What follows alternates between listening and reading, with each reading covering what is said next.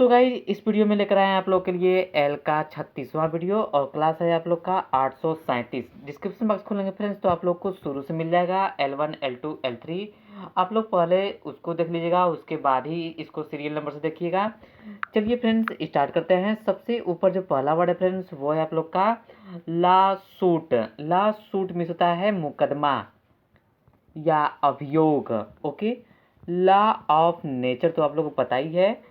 Law of nature means होता है प्राकृतिक नियम। ओके, लॉफुल मीन्स होता है फ्रेंड्स धर्म सम्मत या कानून के अनुसार। LAWFUL।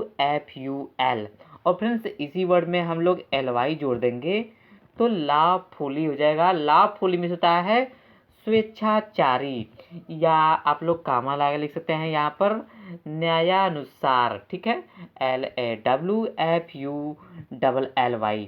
यहाँ पर नेक्स्ट वर्ड है फ्रेंड जो कि लाफुलनेस। लाफुलनेस में होता है न्यायता।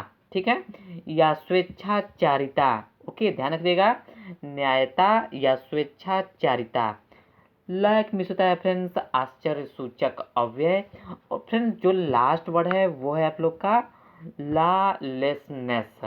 लॉलेसनेस मिस होता है आचार भ्रष्टता या स्वेच्छाचार भी आप लोग कह सकते हैं।